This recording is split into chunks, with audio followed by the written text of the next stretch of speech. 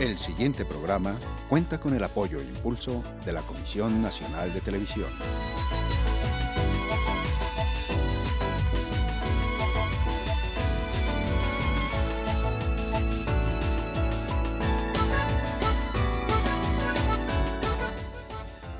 Espejo retrovisor, la historia en movimiento.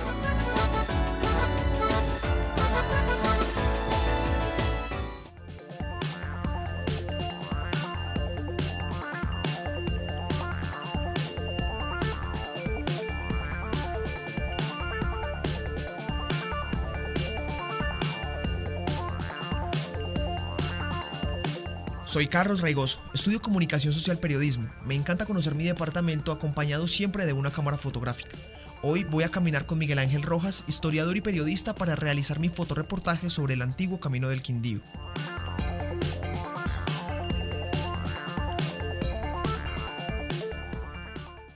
Este es un excelente sitio donde podemos nosotros ver lo que significaba el Camino Nacional o Paso del Quindío. Aquí, por ejemplo, estamos ubicados en una parte alta antes de llegar a la zona de Boquía. Allá en la zona montañosa uno pasaba, después de seguir a Boquía, que es la parte del valle, llegaba a una zona que llamaba Barcinales.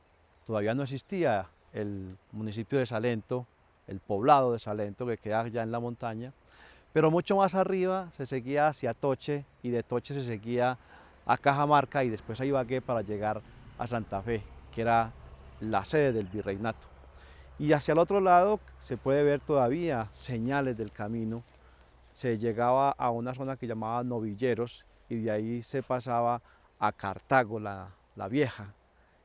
O si no, más adelante se pasó a Cartago la Nueva, que es donde está hoy ubicada, se ubicó en 1698.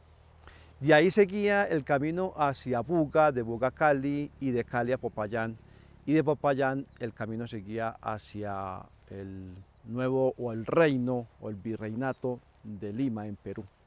Yo creo que el camino encontraba en este sitio donde estamos exactamente, por digo que es una buena ubicación, como la mitad entre la zona de Popayán, es decir, en lo que hoy es el Cauca, y Santa Fe. Esta era como la mitad del camino y podemos ver todavía parte de ese camino que es muy antiguo, que yo creo que tiene muchísimos años.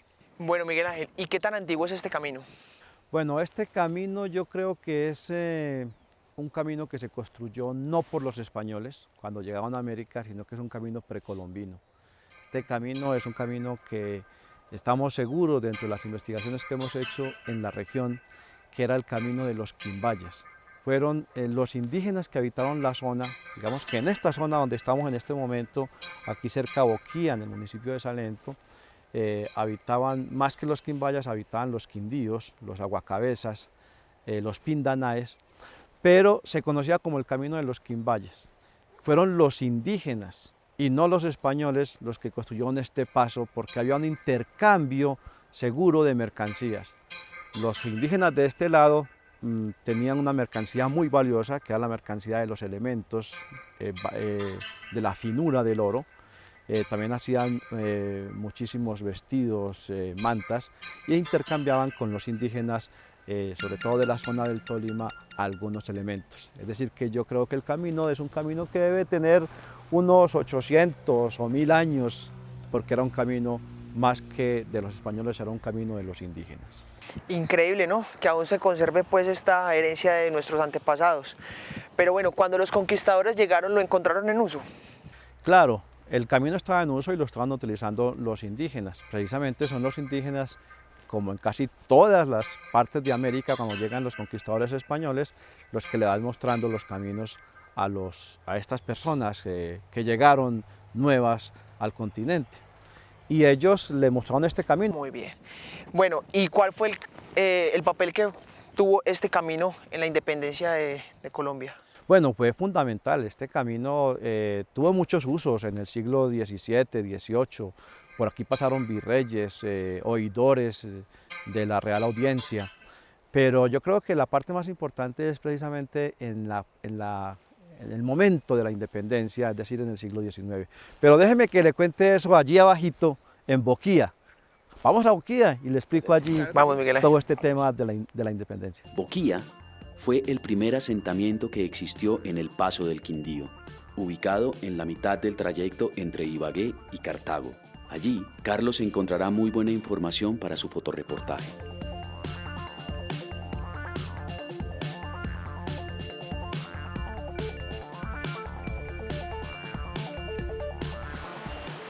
Bueno, Miguel Ángel, ahora sí, cuéntanos cómo nos fue la independencia. Por aquí hacia 1811 pasaron dos grandes patriotas, que fue Antonio Baraya y Antonio Nariño, que iban precisamente a combatir la llegada al país de esas tropas realistas españolas. Y más adelante Pablo Murillo a todos aquellos que cogió prisioneros, todos aquellos combatientes patriotas que cogió prisioneros, los puso a trabajar en este camino para arreglarlo, porque era una trocha realmente poco transitable. Y ahí trabajaron casi como esclavos esos patriotas al mando de ese general realista Pablo Murillo. Luego este paso del Quindío es reemplazado por el paso de la línea, ¿verdad? Sí, eso es una cosa mucho más adelante. Digamos que aquí suceden unas cosas interesantes cuando Bolívar pasa, cuando Bolívar cruza esta zona, esta región. Llega a Bogotá más o menos el 15, 16, no está preciso, 17 de enero de 1830. Hay una cosa muy importante que quiero anotar y es que las cartas importantes de Bolívar despidiéndose de Colombia, diciendo que se va, que está desilusionado, que aquí va a ocurrir una tragedia, la escribe precisamente en este camino, en el camino nacional, y las envía a Bogotá. Y el hombre llega más o menos en 16, 17 de enero de 1830 a Bogotá, y el 21 de enero emite un decreto donde ordena tres cosas fundamentales. La primera, que hay que arreglar el camino, que hay que componer el camino, que hay que hacer el camino. La segunda, que está dispuesto el gobierno nacional, su gobierno, que era el presidente de la República, está dispuesto a que haya un peaje en el camino. Es decir, si alguien está dispuesto a venir a arreglar el camino, puede cobrar un peaje. Y lo otro es que Bolívar dice, ese será el camino importante para el desarrollo de la agricultura, del comercio y de la industria del país.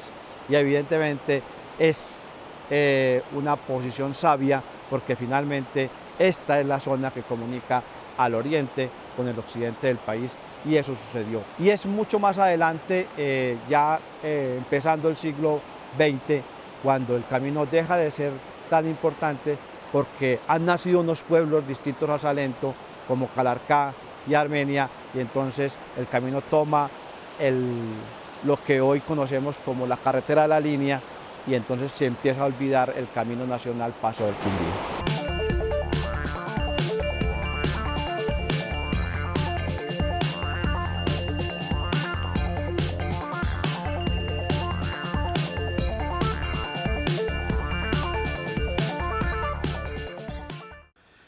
Bueno, Carlos, aquí sobre el camino nacional, Paso del Quindío, pues hay una casa antigua. Esta casa antigua debe tener unos 100 o 110 años, esta casa, y una persona de la zona hizo una alegoría sobre el Paso del Quindío por Salento.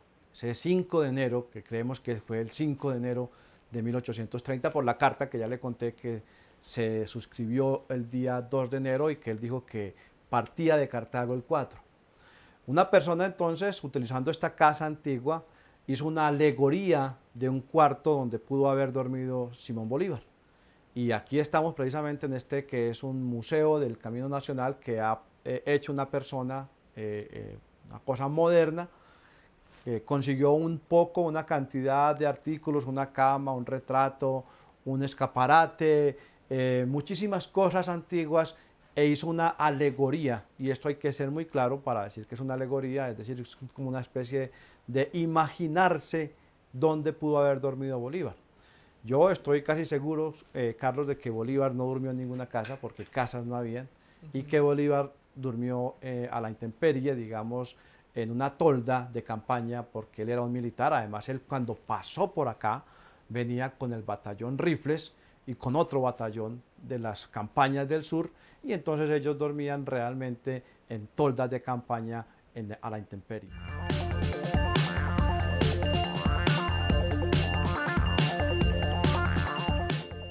Salento fue el primer poblado que se fundó en el Quindío. Su historia siempre estuvo ligada al Camino Nacional. Su calle principal es la huella viva de esta milenaria ruta.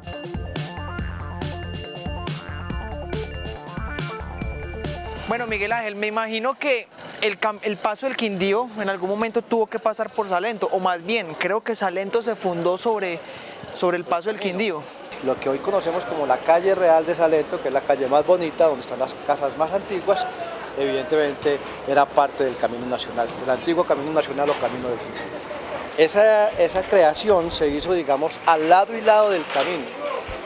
Por eso aquí en Salento, donde estamos hoy, por la calle real, es realmente el antiguo camino del Camino del Quindío, del Camino Nacional, y que la gente fue fundando al lado y lado de ese camino, de este pueblo.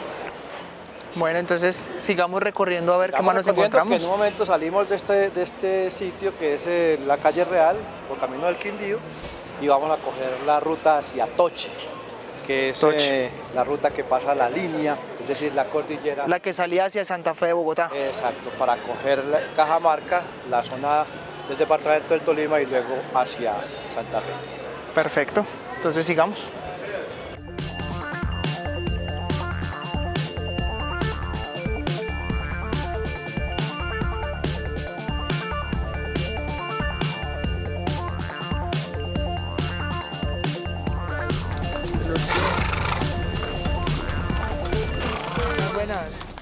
Para algunos no ha cambiado mucho sus medios de transporte. Bueno, Carlos, nos vemos aquí subido ya en el G-Willis y vamos a tomar lo que se llama la vereda Camino Nacional.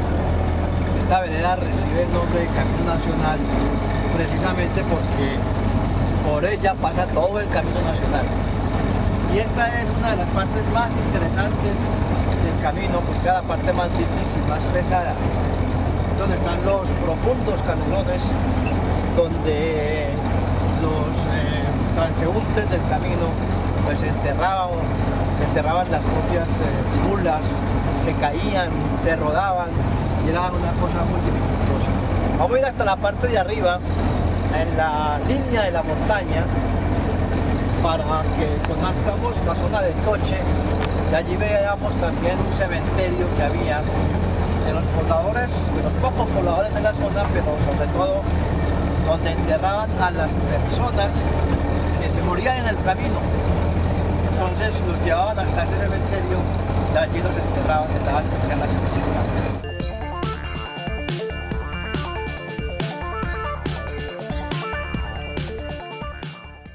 Bueno, Carlos, venimos por este canalón, que eran los canalones que se formaban por el tránsito de las mulas y de las piaras de cerdos y de ganado y de muchísima gente que iba entre el oriente, pasaba por Bogotá evidentemente y venía hacia Popayán. Y la gente que se iba muriendo la enterraban en el cementerio y la traían hasta aquí arriba en este cerrito, en este morrito que hay aquí, en esta lomita que hay aquí, se hizo el cementerio. Y todavía hoy en el siglo XXI quedan unas 2 o 3 tumbas de ese cementerio antiguo que creo yo estar casi seguro que ese cementerio fue inaugurado muy seguramente en el siglo XIX, que fue el siglo donde más gente pasó por este Camino Nacional en el Paso del Quindío. Paso del Quindío porque aquí está esta montaña, la cosa inmensa, grande, monumental y babilónica que representa la montaña del Quindío con sus palmas de cera, su belleza esplendorosa, sus verdes de 1000 colores. Esto se llama la montaña del Quindío y por eso el camino se llama así, Paso del Quindío.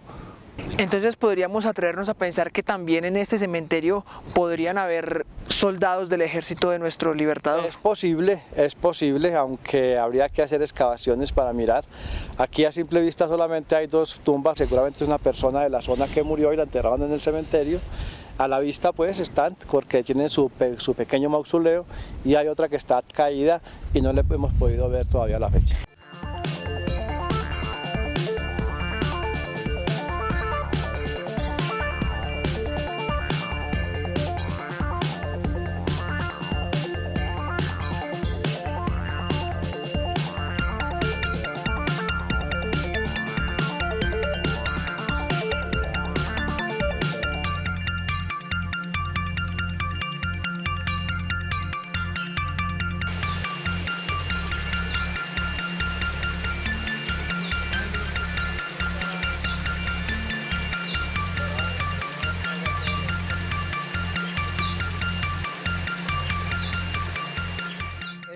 Este es uno de los pasos más difíciles que tenía el Camino Nacional Paso del Quindío. Como se puede observar en todo este recorrido, no hay sino lodo. Los caminantes tenían que pasar por aquí, en medio de este lodazal tan inmenso. Aquí un poco más abajo van a encontrar unos enormes abismos, es decir que había dos peligros. El lodazal, que en muchas partes se tragaba la mula entera, o se tragaba el cuerpo entero de un caminante. Y el otro peligro son los abismos que había, a donde cayeron muchísimos de los caminantes. No, y a eso creo que le podemos sumar que muchos de ellos andaban descalzos. Muchos de ellos andaban descalzos, sobre todo andaban descalzos los cargueros, que eran unas personas, unos indígenas, que tenían una silla de madera, de guadua en la espalda, y ahí cargaban especialmente a los ancianos, a las mujeres y a los niños. Y ellos andaban descalzos precisamente por estos lodazales, por estos fangos que hay aquí en la cima de la cordillera central. Me imagino que tanto lodo se debe como al clima, ¿no? Sí, claro, evidentemente el lodo se debe a que esta es una parte muy lluviosa.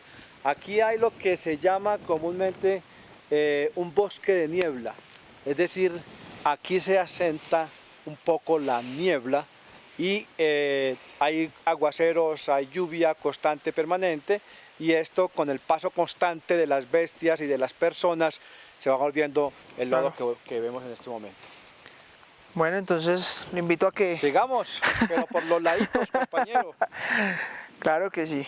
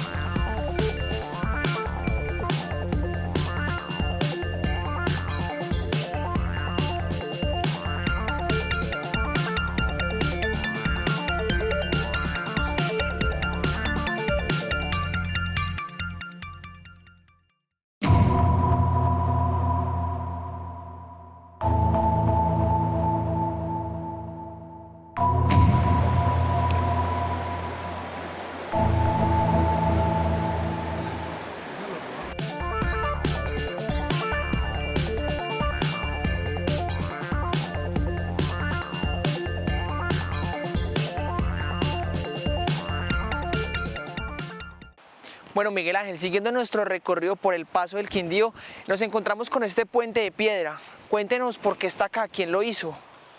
Bueno, este es un puente, como usted lo dice, es un puente de piedra, de estilo republicano. Y el puente fue hecho por los ferrocarriles nacionales en la década de entre el 30 y el 40.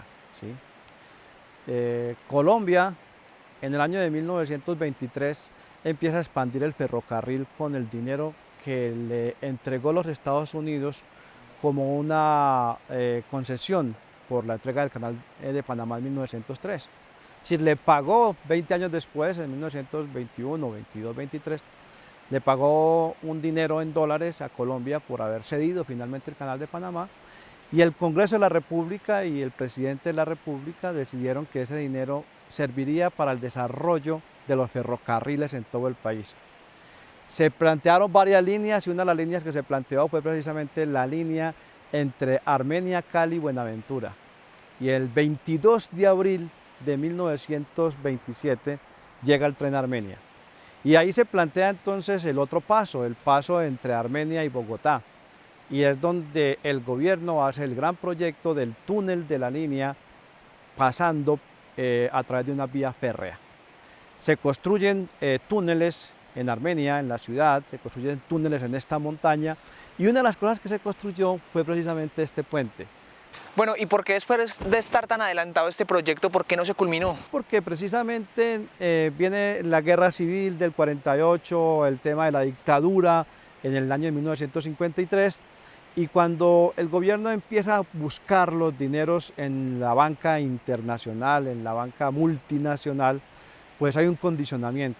Es decir, al país se le presta dinero para desarrollar las obras públicas de infraestructura vial, siempre y cuando desista del tema de los ferrocarriles y empiece a pensar en el tema de las carreteras. ¿Por qué? porque quien está poniendo el dinero son las empresas de la banca multinacional, y esas empresas tienen intereses también con el desarrollo del transporte por carretera. Entonces se le damos la plata, pero para que desarrolle las carreteras, y ahí es donde se desarrolla toda la carretera de la línea y toda la carretera hacia Buenaventura. ¿Para qué? Para poner los grandes camiones que Estados Unidos vende, para vender todo el tema de los insumos del petróleo, la gasolina, llantas, etcétera, y poder ellos tener un mercado aquí en Colombia, y entonces desarrollan más fácil las carreteras para los carros, los camiones y los tractocamiones, y abandonan el proyecto del túnel, y por eso este puente queda básicamente como un monumento que no sirve, digamos, sino para eso, para el tema turístico y como un monumento.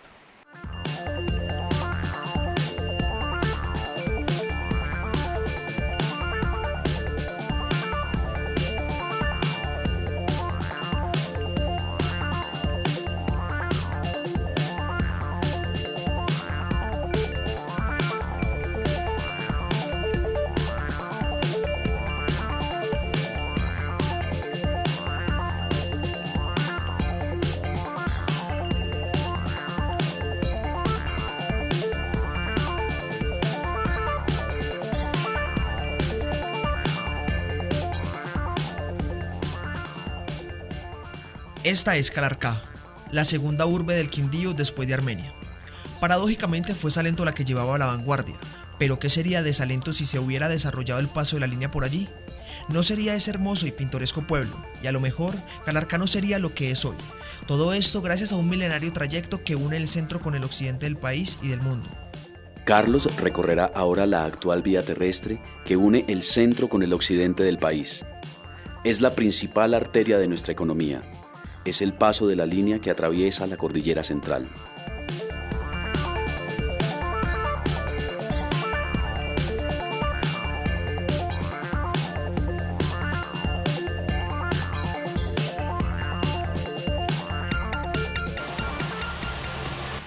Y pensar que por donde hoy camino, también caminaron nuestros ancestros.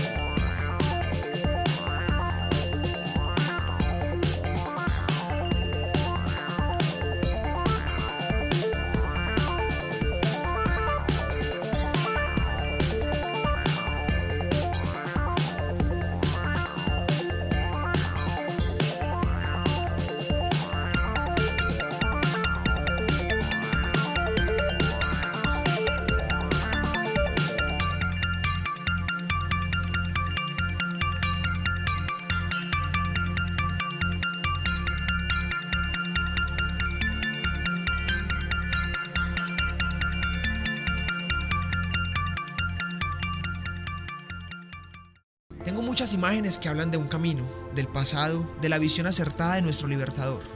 Fue él quien afirmó que este trayecto, esta encumbrada vía, sería la ruta comercial de nuestro país con el mundo, pero al mismo tiempo conocí los grandes desaciertos de otros de nuestros gobernantes. Seguramente, el desarrollo del tren hubiera ayudado a construir otra Colombia.